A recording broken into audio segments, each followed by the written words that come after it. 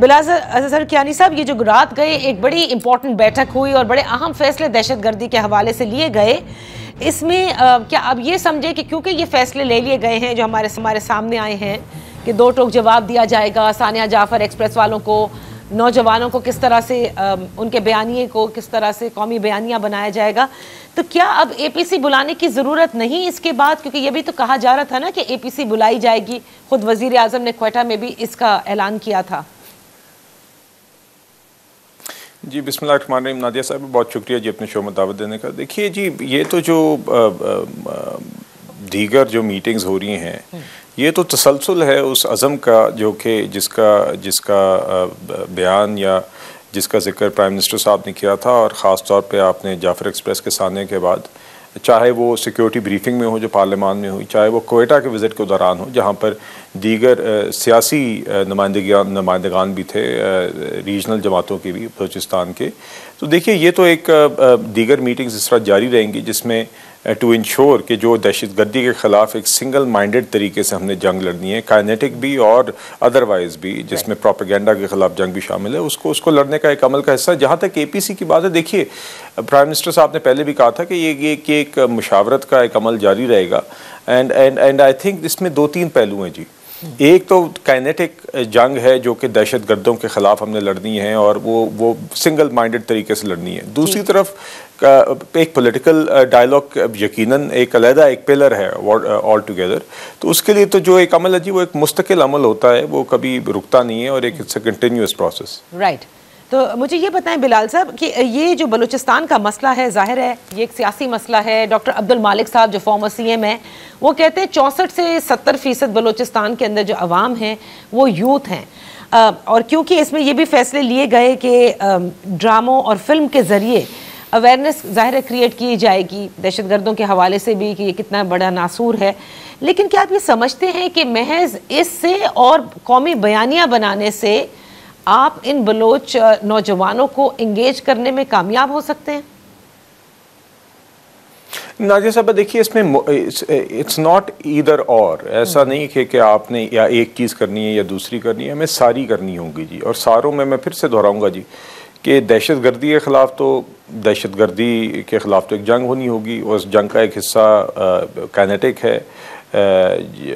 जिसमें असलाह भी इस्तेमाल होगा, दहशतगर्दों के ख़िलाफ़ एक वॉरफेयर भी होगी। दूसरा एक दहशतगर्दी के ख़िलाफ़ जंग का हिस्सा एक इंफॉर्मेशनल वॉरफेयर है जिसमें आपने जो भी प्रोपेगेंडा होता है जो कि बिल्कुल झूठ पर मबनी होता है और गुमराह करने के लिए किया जाता है, उसके खिलाफ आपने एक मिस इन्फॉर्मेशन और डिस इन्फॉर्मेशन के खिलाफ हक़ाइक़ के साथ, लेकिन ये जो बीच में जो अवाम है, मगर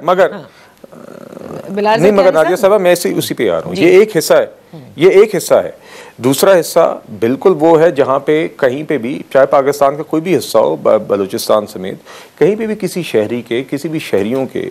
कोई भी जेन्युइन ग्रीवेंसेस हों तो रियासत का किरदार माँ का है। वहाँ पे आपकी एक पॉलिटिकल प्रोसेस और डायलॉग है, वो एक this is a separate process all together जो कि साथ साथ हमें करनी होगी। और तीसरा हिस्सा बिल्कुल वो है जो हमारे पाकिस्तानी किसी भी बच्चे का, भाई का, बहन का जो इकनॉमिक एम्पावरमेंट है या उनकी तालीमी एम्पावरमेंट है या जो भी उनके इस तरह के बुनियादी बेसिक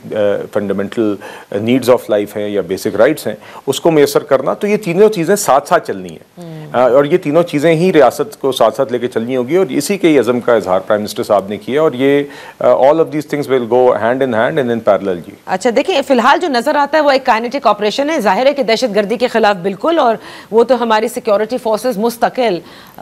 इस हवाले से एक्टिव रहती हैं, और कई जगहों पर ना सिर्फ बलूचिस्तान में बल्कि खैबर पख्तूनख्वा में भी हम देख रहे हैं कि वो किस तरह से दुश्मनों के खिलाफ लड़ रही हैं। लेकिन जहां बात आती है देखिए इंगेजमेंट की, माजरत के साथ आपको नहीं लगता कि वो कम है? क्योंकि देखिए अब दुनिया भी कह रही है कि बलूचिस्तान के मसले को हम मिस हैंडल कर रहे हैं। चलें उस दुनिया को भी छोड़ दें कि वो क्या कहते हैं, फॉरेन ऑफिस ने भी UN के जो आज़ाद मुबस्सरीन हैं उनके हवाले से भी कह दिया, ट्रांसपेरेंसी इंटरनेशनल की रिपोर्ट आपके सामने है। लेकिन as we speak and as you know Bilal Azhar Kiyani sahab, Balochistan का मसला बड़ा गंभीर, पेचीदा, सियासी, जिसमें डेप्रिवेशंस हैं, जिसमें एक अलूफनेस है, वो वहाँ मौजूद है। और जाफर एक्सप्रेस के बाद आपने देखा कि किस तरह से एहतजाज हुए, और एहतजाज के बाद मजीद ये मामला कितना ख़राब हुआ ये भी आपके सामने है। फिर मिसिंग पर्सनस का जो है मसला वो भी वहाँ बलूचिस्तान का एक बहुत बड़ा मसला है।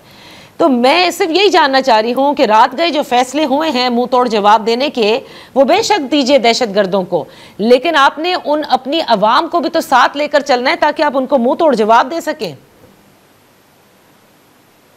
नहीं, देखिए, मैंने जैसे कि कहा कि बिल्कुल, अब देखिए प्राइम मिनिस्टर साहब ने बात की बलूचिस्तान की इकोनॉमिक डेवलपमेंट की, जो भी इकोनॉमिक वहाँ की डिप्रेवेशन है उसको भी पूरा करना है, चाहे उसमें डेवलपमेंट का काम हो, चाहे वो बुनियादी जहाँ पे तालीम नहीं बच्चों को मिल रही, तालीम मैसर करना, रोज़गार के मौके फराहम करना, वो एक हिस्सा अलहदा है। उसके अलावा जो भी ग्रीवेंसेस है उसके लिए जो भी एफर्ट्स ज़रूरी हैं वो होनी है, वो हो रही हैं। अब आपने देखा प्राइम मिनिस्टर साहब जब क्वेटा गए उसके फ़ौरन बाद उन्होंने पूरी काबीना को भेजा, उन्होंने भी वहाँ पे जाके उसी चीज़ के तसलसल को जारी रखा। फिर एक काइनेटिक ऑपरेशंस या दहशतगर्दी के ख़िलाफ़ जंग का एक अलहदा हिस्सा है। तो और साथ साथ हमें ये भी इंश्योर करना होगा कि जो बलूचिस्तान के गवर्नेंस के मसाइल हैं, चूँकि आप जानती हैं कि 18वीं तरमीम के बाद ज़्यादातर वसाइल भी और इख्तियारात भी जो आपकी ग्राउंड को अफेक्ट करती हैं, चाहे वो स्कूलिंग हो, हेल्थ हो, एक्सेट्रा, ये चीज़ें सूबे के पास इख्तियार होता है। तो उसमें भी हम सबको अपना किरदार अदा करना होगा टू इंश्योर कि वो बेनिफिट्स ग्रास रूट्स को रीच करें। तो देखिए, बिल्कुल दोनों चीज़ें साथ साथ चलेंगी। दहशतगर्दी के ख़िलाफ़ जंग भी होगी, जो भी हमारे किसी भी शहरी, चाहे वो बलूचिस्तान के भाई बहन हों, बच्चे हों, या किसी भी और पाकिस्तान के हिस्से के शहरी हों, उनकी बात जो भी उनके जेन्युइन गिले हैं, ग्रीवेंसेस हैं, उसको सुनना रियासत का फ़र्ज़ है, वो भी हम करेंगे। मगर हमने हरगिज़ भी किसी भी ग्रीवेंस को दहशतगर्दी का जवाज़ नहीं बनने देना, जिस तरह का प्रोपेगेंडा यहाँ पे किया जाता है। तो हमें बिल्कुल इन चीज़ों को सेपरेटली डील करना और इंशाल्लाह रियासत करेगी। ओके, बिलाल अज़हर कियानी साहब, अब दूसरे उस पर आते हैं कि जो अमेरिका की एक कांग्रेसमैन ने जिस तरह से एक बिल पेश किया पाकिस्तान डेमोक्रेसी एक्ट करके, जो विल्सन ने, और उसके बाद इसका जो पूरा हम देख रहे हैं मुसव्वदा है, इससे पहले भी इन्होंने, ये तो अपेश हुआ है, लेकिन उससे कुछ हफ्ते कबल मुझे अच्छी तरह याद है कि इन्होंने अपने एक्स प्लेटफॉर्म में इसका बड़ा तस्करा किया, जिसमें इन्होंने ये लिखा था कि I have just finished drafting the bill, जिसका नाम ये होगा, जिसमें ये बातें की जाएंगी। तो आपको नहीं लगता कि ये एक तरह से हमारे सिफारत खाने की भी फेलियर है कि किसी ना किसी तरह हमें इसे स्टॉप करना चाहिए था? नहीं जी, नहीं, देखिए, बेतहाशा कांग्रेसमैन और हाउस ऑफ रिप्रेजेंटेटिव्स में लोग होते हैं, कांग्रेसमैन होते हैं, सेनेटर्स होते हैं। आई थिंक इसमें अगर एक कोई ऐसा शख्स है जो पीटीआई के लॉबिंग के डॉलर्स के ज़ेर असर आ गया है, तो मेरा नहीं ख्याल इसमें कोई ऐसा